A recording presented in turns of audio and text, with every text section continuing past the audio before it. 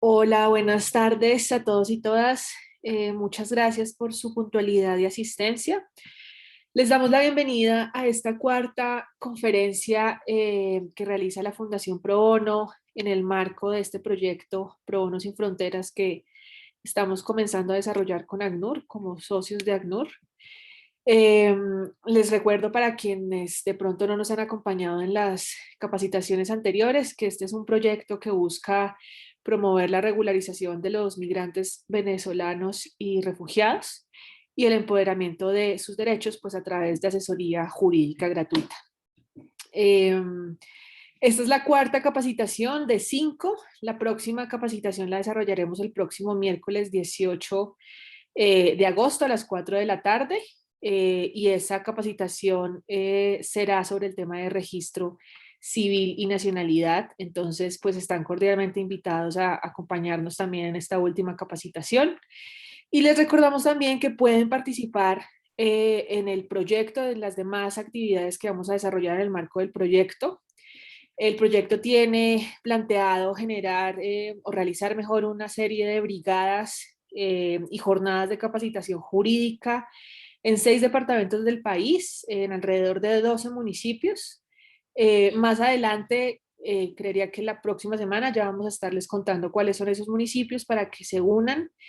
Eh, pues los gastos obviamente de transporte y demás son cubiertos por el proyecto. Y la idea es pues generar estas jornadas en estos municipios en donde hay mayor pues cantidad de población migrante, digamos, agrupada. Entonces les vamos a estar contando y más adelante en el chat de este Zoom les vamos a enviar nuevamente el link para que se inscriban a cualquiera de las actividades que tenemos para participar. Entonces, las capacitaciones que son estas y que te culminan el próximo 18. Eh, Vamos a realizar también una estrategia de litigio estratégico, las brigadas en regiones que les comentaba, un seguimiento también a casos individuales. Estos casos individuales pues se van a recoger en estas brigadas. Vamos a tener también una herramienta de chatbot en la página para responder a las inquietudes principales que tiene la población y pues una estrategia también de comunicación transversal que buscará estar divulgando, digamos, el desarrollo, las acciones que se vayan desarrollando en el marco de este proyecto y también, pues, obviamente, información valiosa para los migrantes y refugiados venezolanos.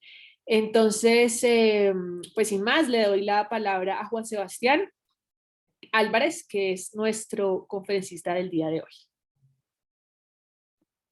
Listo, Abril, muchas gracias. Y buenas tardes para todos y todas.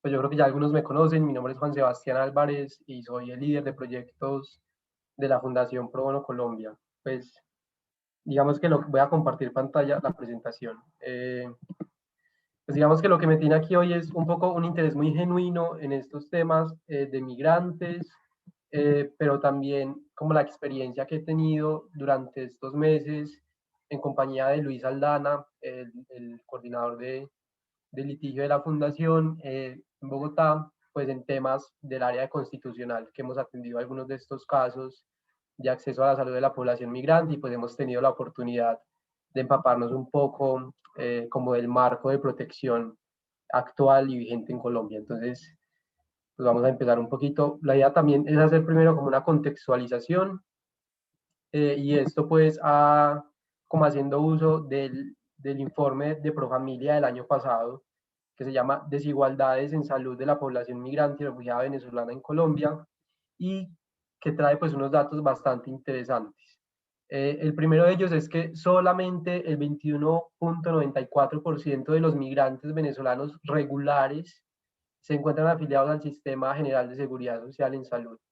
Y esto es bien curioso, pues porque como veremos más adelante, son justamente estos migrantes los que tienen su condición migratoria regularizada, quienes en teoría tienen mayor facilidad para acceder a la afiliación al régimen de seguridad, al régimen de seguridad social en salud. pero de esta cifra bien pequeña que ya es, solo el 66.4% se encuentran afiliados al régimen contributivo y solo el 33.6% al régimen subsidiado. Y eso pues desmonta también un poco la idea de que regularizarlos y brindarles acceso al sistema de salud pues termina perjudicándonos. Ya vemos que la mayoría de ellos cotizan en el sistema contributivo, a pesar de todas las trabas que encuentran y que ya veremos más adelante. Y también es muy interesante del informe que pues pone de presente algunos problemas que afectan el acceso al derecho a la salud de la población migrante. Entonces habla de dificultades para afiliarse incluso teniendo su condición regularizada, y que esto básicamente se debe, uno, al desconocimiento del sistema de salud colombiano, que es bien complejo, a una serie de trabas burocráticas que encuentran las personas eh, como para acceder a los trámites, al desconocimiento de los lineamientos jurisprudenciales de la Corte Constitucional por parte de algunos funcionarios de las entidades del sistema, y algunos actos también que rayan un poco o que son actos de xenofobia y de discriminación en contra de la población migrante venezolana. Estos son solo algunos, el informe trae otros, pero pues quise seleccionar como los que resaltan ahí que tienen una mayor incidencia en la obstaculización al acceso a la salud. Y bueno, pues para ya como que concentrarnos un poquito más, digamos que el derecho a la salud de los migrantes venezolanos encaja en un marco un poco más grande, que es el derecho a la salud de los extranjeros en Colombia. Y pues en este sentido, estos artículos del decreto 780 del 2016, que no voy a leer porque es bien complejo, entre otras disposiciones de la ley 100 y otros decretos reglamentarios, pues son muy claros advirtiendo que en Colombia, por principio de universalidad, es obligatorio para todos los residentes del país afiliarse al Sistema General de Seguridad Social en Salud. Sin embargo, pues para que estas personas puedan hacer esa afiliación, deben contar con un documento de identidad válido. Y el decreto pues trae la lista de los documentos: registro civil o acta de nacido vivo cuando el niño es menor de 3 meses, tarjeta de identidad, cédula de ciudadanía, los documentos pues válidos, PEP, cuando se trata de migrantes venezolanos. Pero pues esa exigencia ya nos sitúa también un poco en la diferenciación entre migrantes regulares y migrantes irregulares, pues porque los regulares son justamente quienes tienen ese documento para poder surtir la afiliación al sistema, y entonces van a tener dos opciones: o son empleados, trabajadores independientes y tienen capacidad de pago, y entonces van a poder, no van a tener la obligación de afiliarse al régimen contributivo, o no pertenecen a ninguno de estos grupos y no van a tener otra opción que afiliarse al régimen subsidiado previa aplicación de la encuesta del CISBEN. Y digamos que aquí ya en ambos esquemas uno empieza a ver algunas dificultades, y es que, por ejemplo, aquellos migrantes regulares que son empleados dependientes, pues muchas veces su empleador no les garantiza la afiliación al sistema, y pues son casos de abuso que son reiterativos en materia laboral con la población migrante. O hay trabajadores independientes, migrantes regulares, que aunque tienen ciertos ingresos de los que se podría presumir capacidad de pago, como lo hace la norma, pues tienen grupos familiares amplios, personas que dependen de ellos en Venezuela, y pues obviamente la última prioridad va a ser una afiliación al sistema.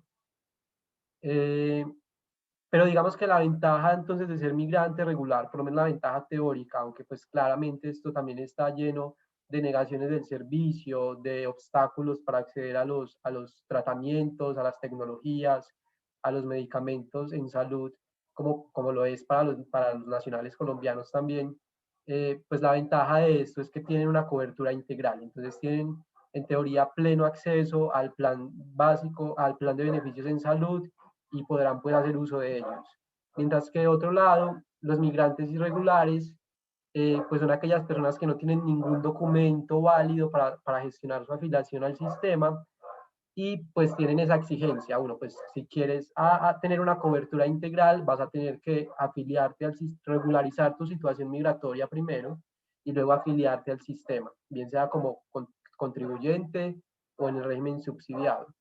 Pero digamos que mientras esto pasa, tampoco están totalmente desamparados y tienen garantizada una cobertura básica de urgencias.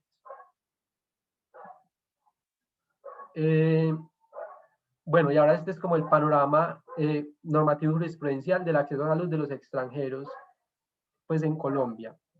Ya esto lo decíamos ahorita del principio de universalidad, y aquí concretamente en la cobertura básica de urgencias para los extranjeros irregulares, pues según la Corte Constitucional, digamos que este es un derecho que se les debe garantizar, y pues eso está también muy aparejado de otras disposiciones normativas y reglamentarias que así lo prevén. Y digamos que el concepto clave aquí va a ser urgencias, que ha tenido un desarrollo jurisprudencial que vamos a ver más adelante, pero digamos que lo que busca también esto es como suplir esa obligación básica del Estado de garantizar un mínimo de atención a cualquier persona que se encuentre en el territorio. Y entonces uno en principio se imagina la persona que es atropellada por un vehículo, por ejemplo, y tiene derecho a que la atiendan en cualquier IPS o en cualquier S, para poder preservar su vida y su integridad física. Pero pues ese concepto es clave y vamos a ver más adelante cómo ha ido desarrollándose en la jurisprudencia. Pero pues también tiene ciertas definiciones normativas, como esta que vemos aquí de la resolución 608 del 2016, en la que pues dice que la atención de urgencias es la modalidad de servicio de salud que busca preservar la vida y prevenir las consecuencias críticas permanentes o futuras mediante el uso de tecnologías en salud para la atención de usuarios que presenten alteración de la integridad física, funcional o mental por cualquier causa y con cualquier grave severidad. Y bueno, entonces digamos, hasta aquí, pues lo que uno se imagina es eso, el típico ejemplo que les ponía ahora, la gente que está en una situación extrema en la que su vida está corriendo peligro, y pues requiere una atención médica urgentemente. Sin embargo, pues ese concepto ha ido evolucionando a lo largo de la jurisprudencia constitucional, pues entre otras cosas a la luz de las necesidades, sobre todo de la población migrante venezolana. Entonces podemos ver como la Corte en uno de sus primeros pues como pronunciamientos, eh, decía básicamente que las urgencias se encargan de la preservación de los signos vitales dentro de las posibilidades que tiene la entidad que atiende al paciente. Entonces incluso la Corte llega en estas sentencias a negar el amparo de personas que van a un hospital, el hospital no tiene los servicios que requieren, el hospital los remite a otro hospital y pues básicamente se desentiende de la persona y la Corte dice pues no vulneró ningún derecho fundamental porque hizo lo que podía y nadie está obligado a lo imposible. Y vamos a ver cómo eso va cambiando a lo largo como de la línea.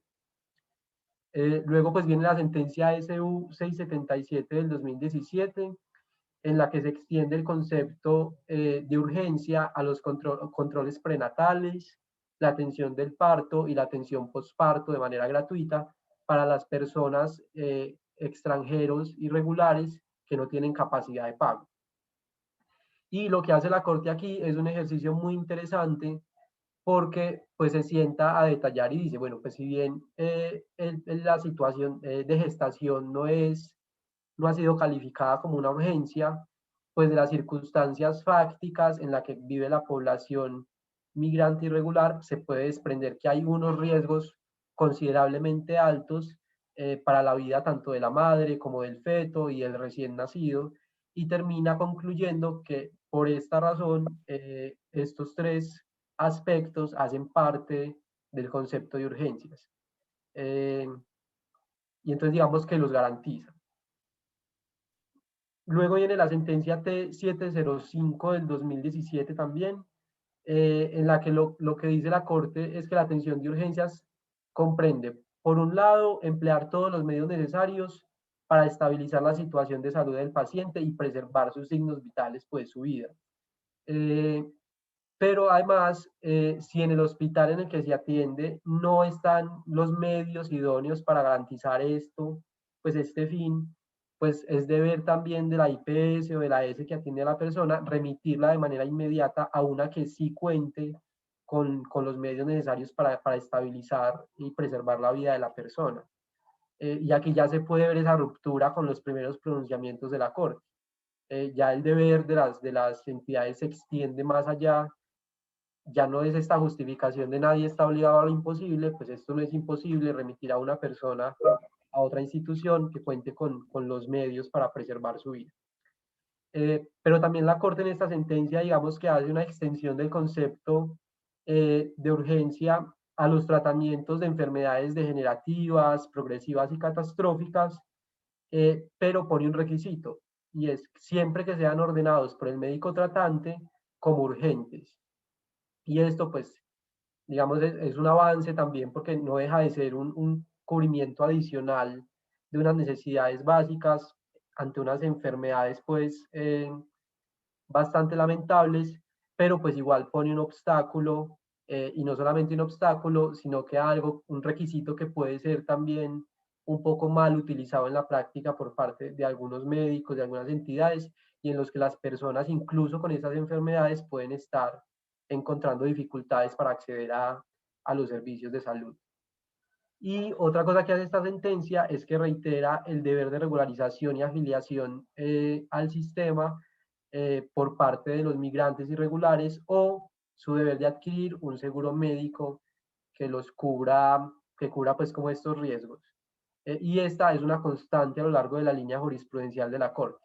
La Corte pues si bien tutela estos derechos y está como ampliando un poco el concepto de urgencia pues para garantizar cierto margen más amplio de cobertura de estas personas, pues también siempre está haciendo un llamado a la regularización de la situación migratoria como una carga de la persona. Bueno, posteriormente viene la sentencia, una sentencia que es bien importante, es la T210 del 2018, y la Corte lo que hace aquí es todo un recuento jurisprudencial. Si hay que leer una sentencia como para solucionar un caso de migrantes, recomiendo que empiecen por esa, eh, porque la Corte lo que hace ahí, ¿hay alguna pregunta?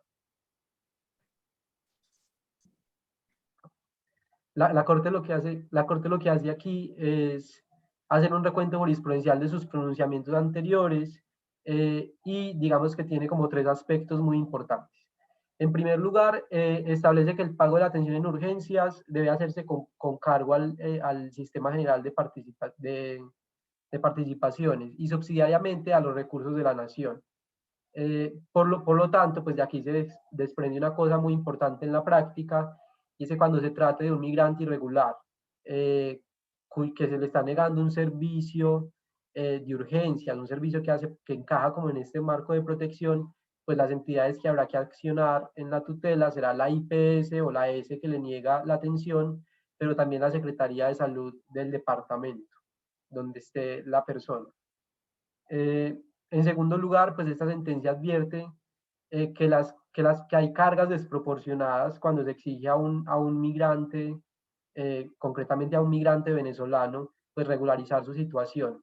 Eh, y que estas son cargas como que de cierta manera están justificadas en el ordenamiento, pero que en atención a las circunstancias concretas de esta población resultan muchas veces casi que imposibles y desproporcionadas. Y por último, advierte que la condición, bueno, no advierte, casi que esboza eh, que esta población migrante venezolana son sujetos de especial protección constitucional, debido a la vulnerabilidad, a la exclusión de la que son víctimas y a la desventaja pues, social en la que se encuentran. Luego viene la T025 del 2019, en la que la Corte es muy clara al advertir que ninguna entidad del sistema, sea pública o privada, puede negarse a brindar la atención de urgencias a un migrante en situación irregular, por ese simple hecho. Eh, y reitera que dentro del concepto de urgencia se incluye el tratamiento de enfermedades catastróficas, y aquí pues cita los ejemplos típicos del cáncer y el VIH, siempre que sean solicitados como urgentes por el médico tratante. y de nuevo aquí está que parece ser como una barrera también para las personas. Bueno, y finalmente, como en esta línea, que digamos se ha ido ampliando gradualmente, ha sido un avance muy quizás despacio, pero ha sido importante, creo yo, en la práctica.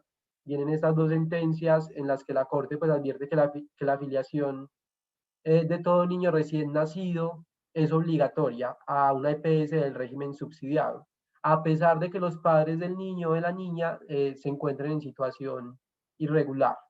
Y la justificación de esto, dice la Corte, es este artículo del decreto 780 del 2016, que dice que todo niño recién nacido de padres que no están afiliados al sistema tiene derecho a que se afilie a la EPSS, y dice que ahí pues también esa obligación implica hacerlo así cuando se trata de migrantes irregulares, porque de lo contrario sería casi que adjudicar al niño un acto negligente del que no es responsable. Y también dice esta sentencia que en cumplimiento de la carga de regularización y afiliación al sistema no puede atribuirse, bueno, lo que les decía ahí, no puede atribuirse a los niños, sino que es una cosa más de los padres y que está mediado por esta serie de obstáculos de los que ya hemos hablado.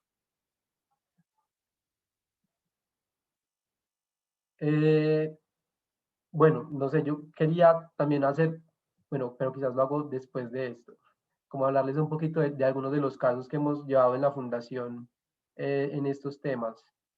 Pero también considero muy importante hablar un poco sobre el requisito de subsidiariedad. Y es que, pues ustedes bien saben, la acción de tutela tiene unos requisitos básicos, que es legitimación por activa, legitimación en la causa por pasiva, carácter y fundamental, es decir, que el asunto del que se está hablando sea una eventual vulneración o desconocimiento de un derecho fundamental, subsidiariedad, que es del que vamos a hablar, e inmediatez, que es como más referente al tiempo. Y en el tema de salud hay algo bien interesante, y es como una discusión que se dio al interior de la Corte durante un buen tiempo, eh, sobre todo en las salas de revisión de tutela, porque algunas de estas salas consideraban que el mecanismo, la competencia atribuida a la Superintendencia de Salud en materia jurisdiccional y de conciliación, pues se debía considerar como un mecanismo idóneo para garantizar los derechos a la seguridad social de las personas. Entonces, en ese sentido, era un requisito antes de ir a la acción de tutela. Mientras que otras sesiones de revisión decían que no era así. Pero pues la sentencia SU 508 del año pasado, pues como que da una solución a esta discusión y advierte que si bien la superintendencia tiene estas competencias jurisdiccionales y de conciliación, pues su competencia es bastante limitada todavía. Entonces dice que mientras esto se mantenga en el tiempo, pues para evitar como una afectación en los derechos de las personas, ese mecanismo se considerará no idóneo para garantizar los derechos fundamentales, y en cambio pues seguirá siendo la acción de tutela. Esto pues claramente aplica no solamente a migrantes venezolanos, sino a cualquier persona que desea iniciar una acción de tutela ante la vulneración de su derecho fundamental a la salud. Eh, pero digamos que, como también para tenerlo en cuenta, no es requisito cuando estemos hablando de migrantes venezolanos en concreto, iniciar primero un trámite ante la superintendencia. Inmediatamente pues se puede activar la ruta de la tutela. Bueno, y relacionado un poquito también con este requisito de subsidiariedad, pues también queríamos comentarles como algo muy curioso, y es como que algunos jueces, sobre todo antes del estatuto, llegaron a inadmitir acciones de tutela considerando que no se cumplía el requisito de subsidiariedad cuando las personas estaban en situación irregular y no habían hecho nada por regularizar su situación.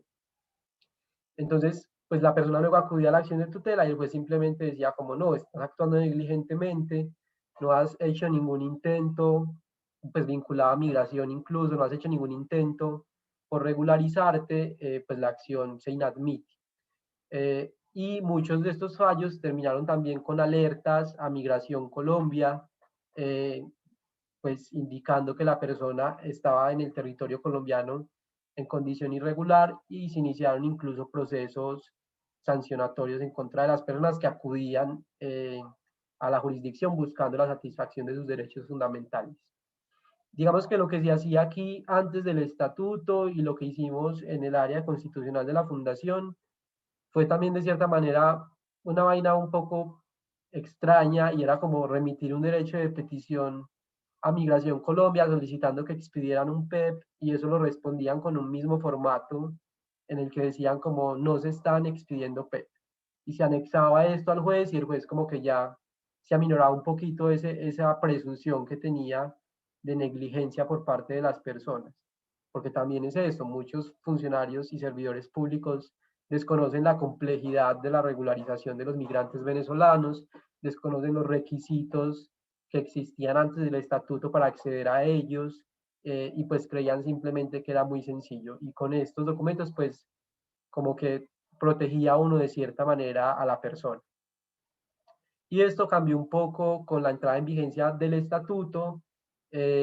Digamos que ahí lo más aconsejable, lo que hemos hecho en la fundación, lo que hemos recomendado y lo que hemos visto que otras personas están haciendo en clínicas jurídicas y en consultorios jurídicos, es que cuando se va a instaurar una acción de tutela en favor de un migrante venezolano irregular, pues es muy recomendable agotar primero el trámite de registro en el RUM, y adjuntar la constancia de la inscripción a la acción de tutela, pues para evitar también acciones como las que estaban ocurriendo antes, que si bien no fueron como muy frecuentes, sí tuvieron lugar.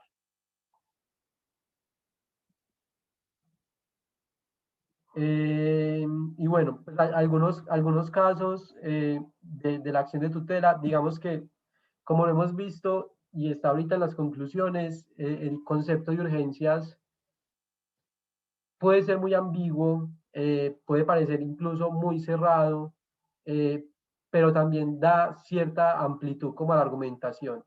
Y es como que ahí realmente hay una carga importante.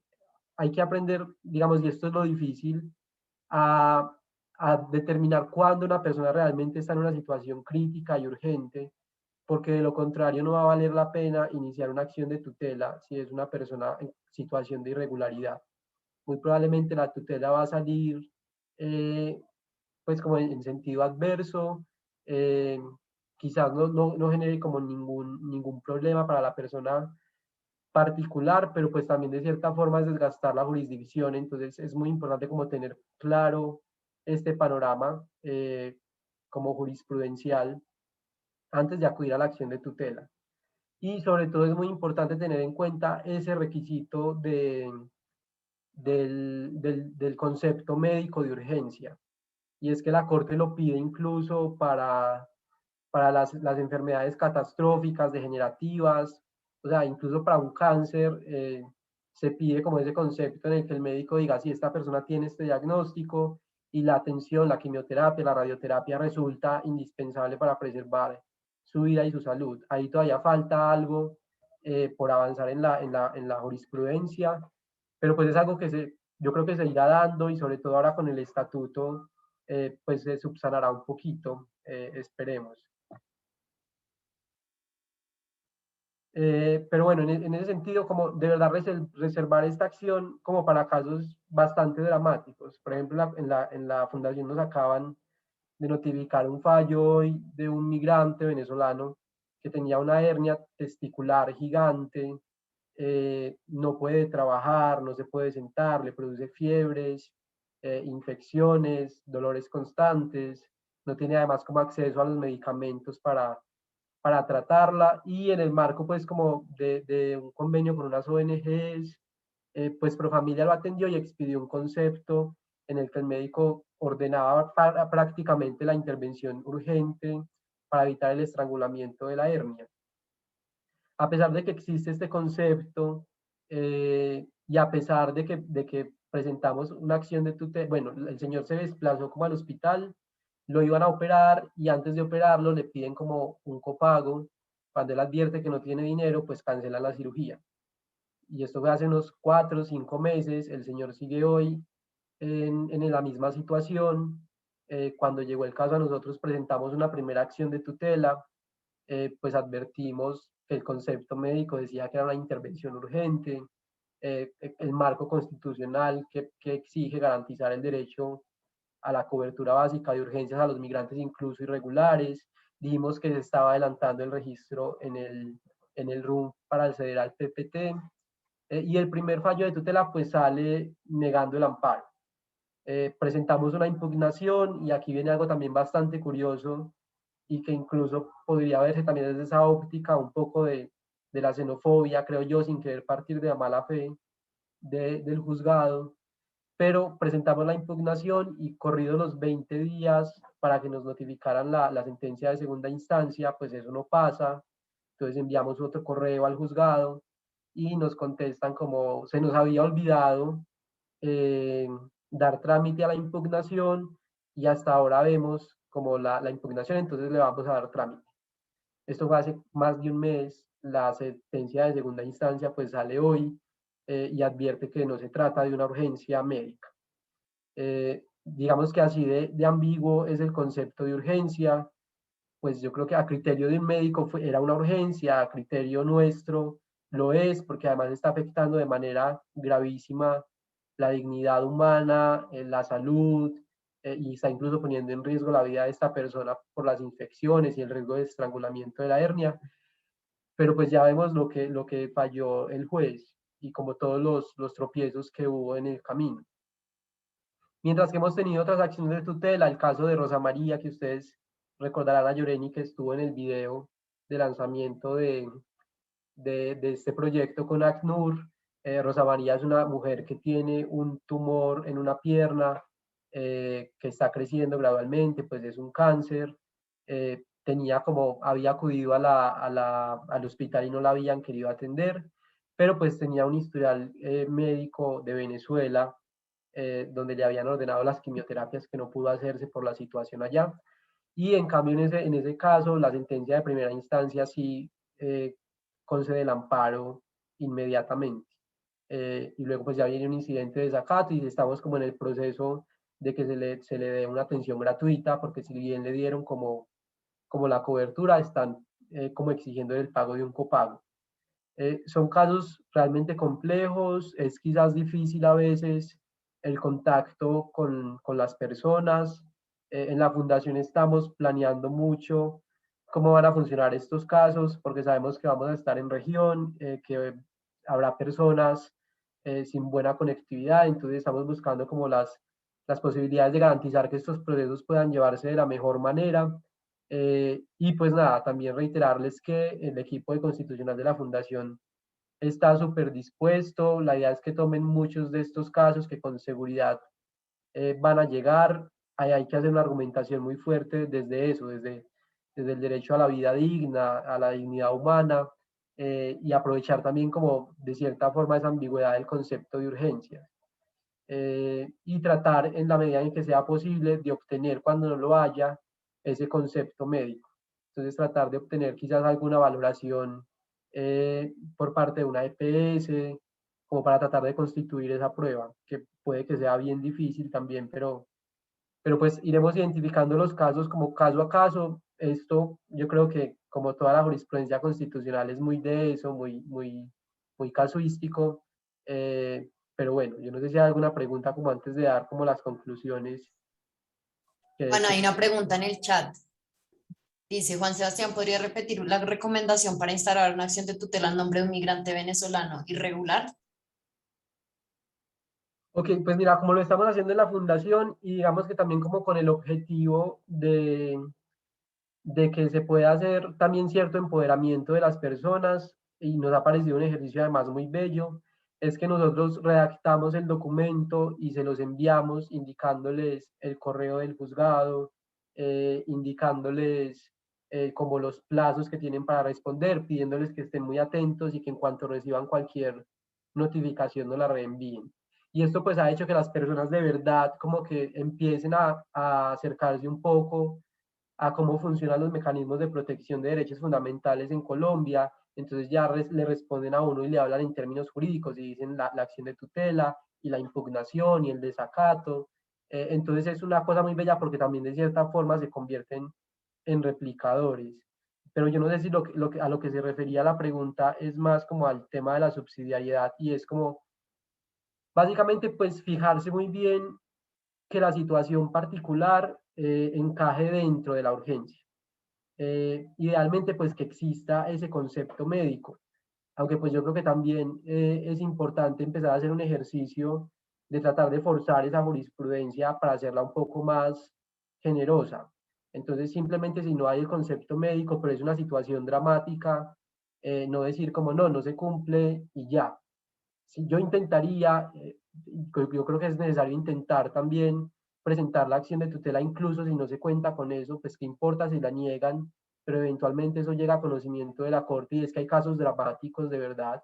Hay personas con cáncer avanzado, hay personas con VIH que lo requieren pues para mantener controlada su condición, a las que les niegan el servicio y a las que se les exige además que tengan el concepto médico. Entonces ahí yo creo que hay un tema importante también como de tratar de llevar eso para que la Corte pues de cierta forma termine flexibilizando un poco ese requisito, que no lo ha hecho hasta ahora.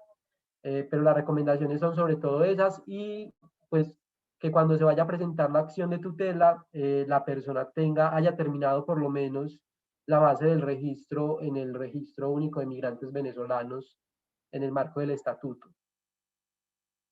Digamos un poco para complementar lo que estaba diciendo Juan, antes lo que hacíamos para efectos de los migrantes irregulares era enviar ese derecho de petición a Migración Colombia como para solicitar un permiso, un PEP,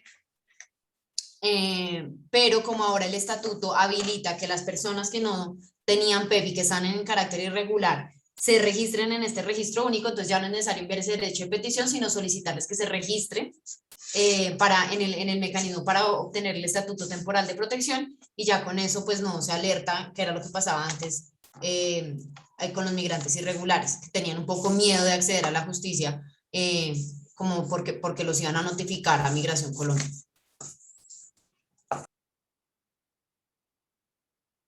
Sí, así es. No sé si hay de pronto alguna otra pregunta o algún aporte que quieran hacer.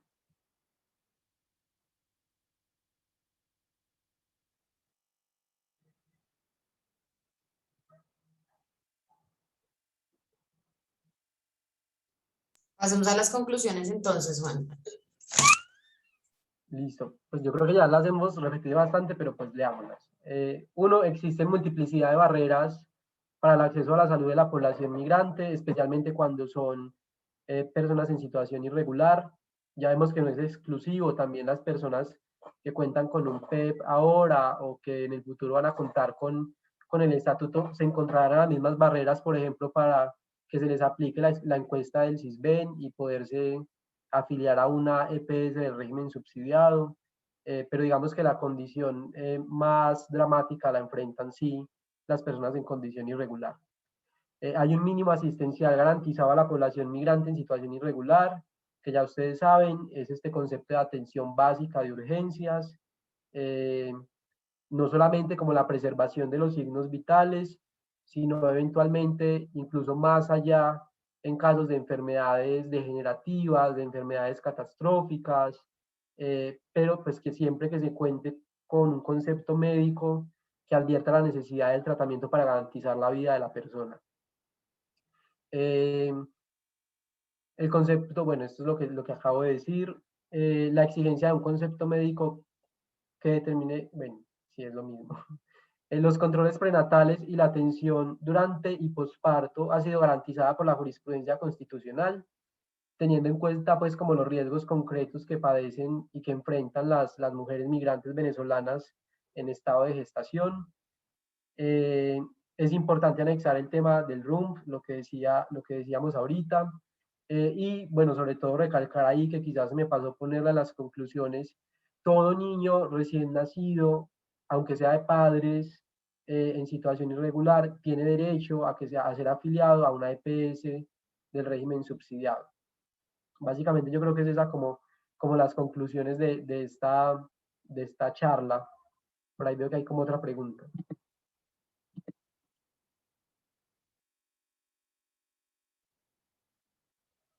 Lo más recomendable en términos de salud es siempre instaurar acción de tutela y pues verificar el registro de la persona que lo requiera. Sí, es que en tema de migrantes casi que no queda otra opción. Digamos, cuando es un ciudadano nacional, pues uno puede pensarse inicialmente cuando se le está negando una atención o un medicamento, en un derecho de petición, por ejemplo, cuando la persona está afiliada, bueno, tratar de que se le brinde la atención. Pero cuando es un migrante irregular que va y se enfrenta a un funcionario de una entidad que le dice, no, esto no es una urgencia, y lo envía de nuevo a la casa, pues ahí no hay como otro camino más que la acción de tutela. Entonces sí, pues básicamente es eso. Y la Corte ha dicho que no es un mecanismo ya de por sí que se considera idóneo siempre que se trate del derecho fundamental a la salud, porque no existe otro con el potencial de garantizar el acceso a ese derecho fundamental, ni siquiera el procedimiento jurisdiccional de la superintendencia. Gracias. Dale, con gusto. Bueno, yo no sé si hay más preguntas o si pasamos como a la actividad acostumbrada de estas capacitaciones. Y entonces ya les envío el código. Recuerden que para esta actividad tienen que abrir el chat y en el chat van a ver un código o envíame más bien de una vez el enlace, Juan. Sí, ya lo mando. Hacen clic en ese enlace y eso los va a llevar a una página que se llama Nearpod. Esperamos que todos puedan ingresar acá en Nearpod y ahí lo que hacemos es que hacemos unas preguntas basadas en los casos que nosotros hemos recibido y la idea es un poco simular estas atenciones que vamos a tener en las brigadas en región.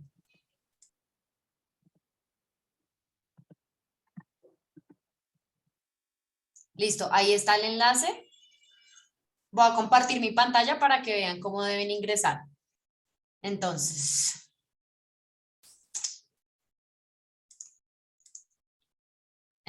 para ingresar a Nearpod, lo que tienen que hacer es, se abren en el chat de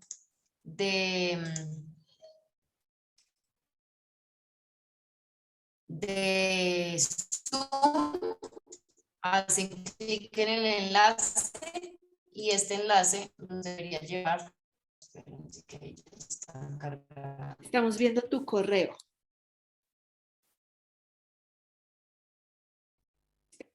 Ya, es que no me comparte el chat. Pero ahora sí están viendo una página cargando, ¿cierto? Sí. Sí, ya lo. Ok.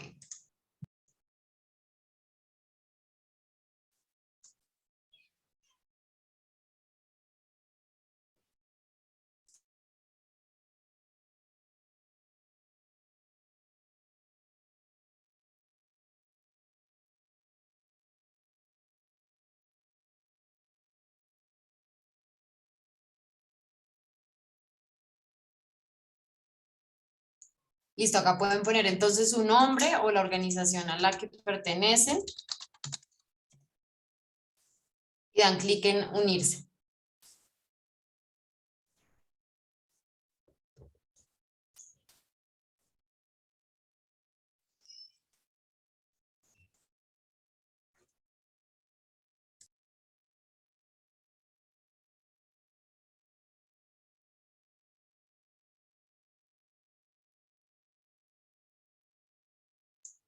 Listo, esta actividad se llama Time to Climb y la idea es ir respondiendo las preguntas para ver quién llega primero a la cima.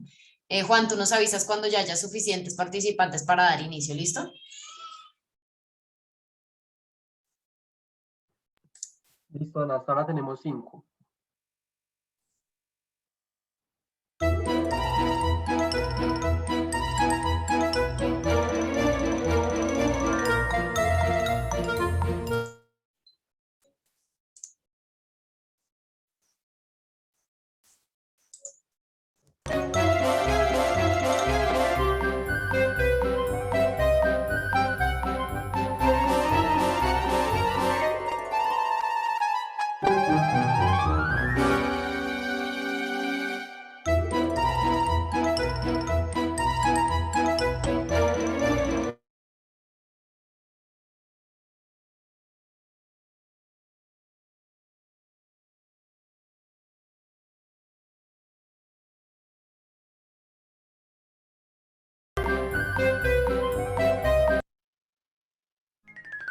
Listo,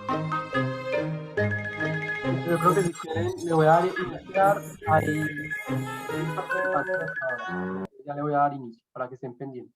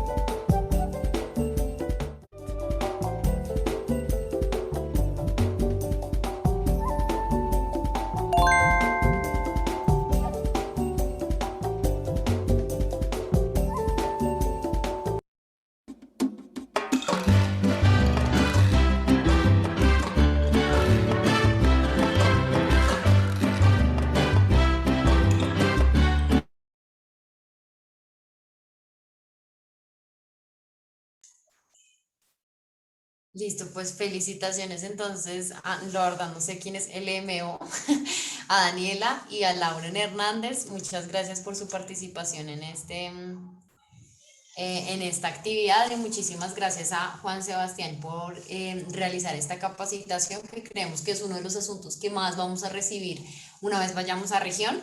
Les invitamos igual, por favor, a diligenciar el formato que acabamos de enviar al chat. Es un formulario muy sencillo en donde ustedes pueden responder si están interesados en participar en unas de las siguientes actividades que vamos a realizar en el proyecto, de manera que todos los casos que vayamos a crear se los podamos mandar directamente a ustedes. Incluso ya vamos a empezar a solicitar abogados para las piezas y para los videos que vamos a hacer en la campaña de comunicación. Entonces, si ustedes están interesados, por ejemplo, en apoyar al equipo de la fundación realizando esos videos y esas piezas, por favor diligencien este formato, porque a esta base de datos es la que vamos a enviar los casos de este proyecto. Muchísimas gracias a todos por su participación. Recuerden que estos videos van a quedar grabados en el micrositio y en la página de YouTube de la Fundación para que los puedan consultar antes de realizar las brigadas o si ustedes quieren atender alguno de los casos que enviamos en los boletines. Muchas gracias a todos y esperamos que tengan buena tarde. Gracias. Gracias. Gracias.